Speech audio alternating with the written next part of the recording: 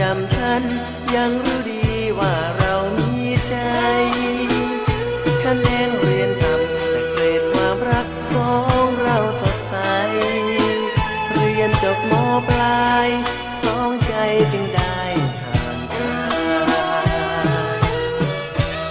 นับวันห่างกันเดินทางต่างสา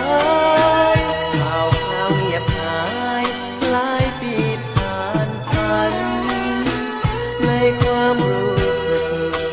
ลึกๆนั้นยังผูกพันรักเก่าเรานั้นปล่อยมันติดรอหรือไรจำเพื่อนเคยรักนักเรียนใดหนอทุกวันติดรอเธอมาสานต่อดวงใจสมความรักเก่าที่ห่วงที่เหงาของเราต่อไปหรือเธอมีไหมช่วยบอกใจจะได้ไม่รอ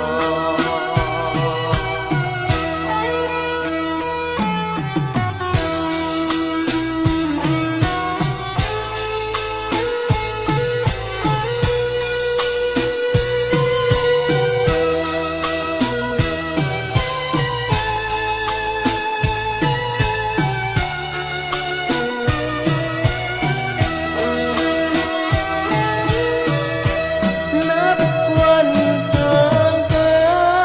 นเดินทางต่างสายข่าวคราวเงียบหายหลายปีผ่านพันในความรู้สึกลึกๆนั้นยังผูกพันรักเก่าเรานั้นปล่อยมันติดรอหรือไรจำเพื่อนเคยรักนักเรียนใดบอกทุกวันติดรอเธอมาสานต่อดวงใจสมความรักเก่าที่ห่วงที่เหงาของเราต่อไปหรือเธอมีไหมช่วยบอกใจจะได้ไม่รอหรือมีคนใหม่ช่วยข้าไปแก้ใจ